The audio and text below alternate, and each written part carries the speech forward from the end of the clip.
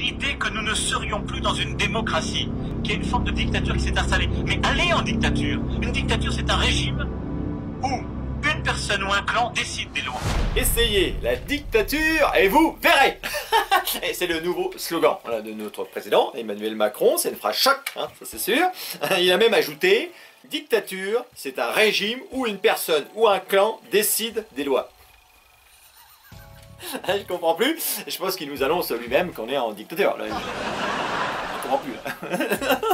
Alors bon, j'ai noté pas mal de choses à ce sujet-là. Alors, la technique qu'il a utilisée, hein, c'est la technique du blanc ou du noir. Il y a deux choix possibles. Le blanc ou le noir. La démocratie ou la dictature. Il n'y a rien d'autre. Non, c'est comme ça. Il n'y a pas, par exemple, un état sécuritaire et policier, entre deux, par exemple, et qui nous emmène tout doucement vers la dictature. Alors, Macron, c'est pas Pinochet, évidemment, mais quand je l'avais entendu dire ça... Parce que c'est notre projet! Ça m'a foutu les miquettes. Ah oui, j'ai eu peur. Ah oui, je me suis dit... Et puis, 2 ans et demi après... Alors, pourquoi on a le sentiment d'être en dictature? Pourquoi? Alors, le premier truc, c'est les médias. Ça, c'est BFM TV, CCI, CNews. Hein, je pense qu'on le voit avec ce graphique. Hein, il y a quelques personnes qui tiennent tous les médias et très peu de personnes qui tiennent tous les grands médias. Et là, on peut se poser les questions, je pense. Alors après, quand on voit sur ces chaînes les débats, par exemple avec Pascal Praud. Mais Caroline Mécari, mais c'est insupportable, enfin, votre attitude. Mais enfin, ça va pas. Hein, où il y a 7 chroniqueurs qui disent tous la même chose. Ah, des fois, il y en a un qui dit autre chose. Alors lui, il se fait cracher à la gueule par les 6 autres. Alors il arrive à répondre, mais c'est pas facile. Mais bon, on peut se poser quand même la question. Hein. Ou alors les grandes gueules sales. Hein, quand ils parlent, par exemple, des gilets jaunes comme des cassos.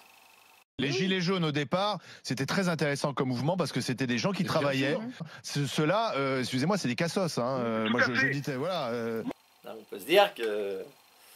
Est-ce qu'on peut s'inquiéter de notre démocratie? Alors, même si, comme disait la Bajon, nous, on fait partie des gens qui sont plus manipulables. Hein. Vous, non, je le sais, vous êtes comme moi, pareil. Non, mais si vous êtes là, c'est que... mais évidemment, c'est ceux qui le sont encore, et puis eux, ils mangent. Hein. Là, ils mangent. Alors, évidemment, c'est pour ça que certains disent, non, il faut arrêter de regarder BFM merde et tout ça. Non, au contraire, hein, il faut regarder, et puis comme ça, essayer après, nous, d'opposer un petit peu ce qu'ils disent. Hein. C'est important, je pense, au contraire. Ah oui. Alors évidemment, s'il y avait par exemple sur la TNT d'autres médias, des médias indépendants, qui contrebalanceraient, peut-être qu'on pourrait se dire, et là je pense que ce soit les médias télé ou même écrits, je pense qu'on a tous compris, ils sont à la solde du pouvoir, à moins que le mec il est pas, à moins d'être, je pense qu'on a quand même compris. Alors c'est vrai qu'on nous dit souvent maintenant, ah oui mais il y a les élections. Élection piège à con, vous connaissez ça? Oui, on connaît tous. Ah oui, remarquez, on a eu à droite Sarkozy. Après, on a eu Hollande, il se disait de gauche. Ouais. Il était culotté. Et après, on a eu Macron qui se disait du centre. On a bien remarqué que les trois, c'était la même chose. Non, enfin, ou alors, en face, il leur remettre 2-3 guignols et puis. Non, ils sont tranquilles. Je pense qu'on n'est pas naïf quand même. Bon, alors, Alors la question c'est pourquoi ce sentiment d'être dans une dictature? Comme ça. Alors j'ai pris quelques exemples et c'est vrai que... Est-ce que ce serait par exemple parce qu'en ce moment il y a 440 manifestants qui sont en prison? Qu'il y ait 25 éborgnés, des centaines de blessés par exemple? Je sais pas. Hein. On a vu des lycéens à genoux, les mains sur la tête. Entouré de policiers. Est-ce que ça peut jouer? Une impunité totale de la police qui peut noyer un jeune à la fête de la musique sans être inquiété. Steve? Oui. Je sais pas. Quand on frappe à coups de poing dans le visage, et qu'après on porte plainte pour violence sur les forces de l'ordre. Je sais pas. Ou qu'on tire à 1 mètre avec un LBD. tentative de meurtre, sans être inquiété, toujours. Ah, peut-être que c'est ça qui fait qu'on on se dit... ou alors des manifestants qui sont nassés, embarqués dans des bus, dans des commissariats insalubres, pour vous couper l'envie de revenir la semaine d'après manifester. Ou quand on donne 135 € d'amende pour un regroupement près d'un rond-point. Ou même qu'on fasse des interdictions de manifester, les préfets, oui. Ou qu'on interdise le port du gilet jaune. Même si maintenant on le met plus de temps, parce qu'on a compris, quoi. Ou même qu'ils nous le fassent retirer, obligatoirement pour sortir d'une manifestation. J'ai connu, place d'Italie. Ah, oui. Ou quand on fait des perquisitions dans les locaux de Mediapart, par exemple sur l'affaire Benalla, et que des journalistes sont auditionnés par la DGSI. Quand même, non. Ou quand les députés votent contre l'obligation d'un casier judiciaire vierge pour être élu. Ah, ils votent contre. Quand même. Ou quand l'Assemblée nationale refuse de lever l'immunité d'un député cité dans une affaire de détournement de fonds publics. Ça se protège bien tout ça quand même, hein. Ça semble pas tellement démocrate, je sais pas. Ou quand un recteur d'académie fait des menaces par écrit et appelle à la délation des professeurs en grève. Ou quand on veut créer une loi sur l'interdiction de filmer les forces de l'ordre, même en cas de violence.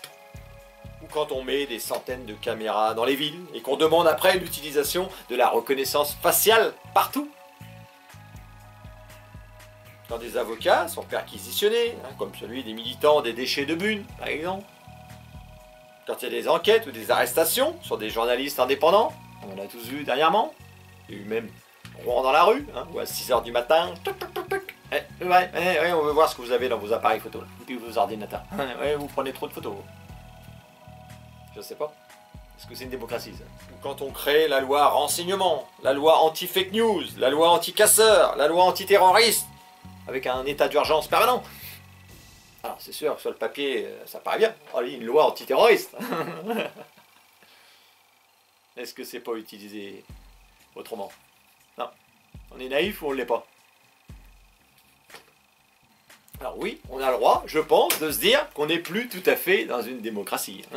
On est bien dans un état sécuritaire et policier, et on se rapproche de plus en plus de la dictature. Et oui, c'est vous, monsieur Macron, le premier responsable de ça. Voilà, donc je pense qu'on a fait le tour, c'était pas mal.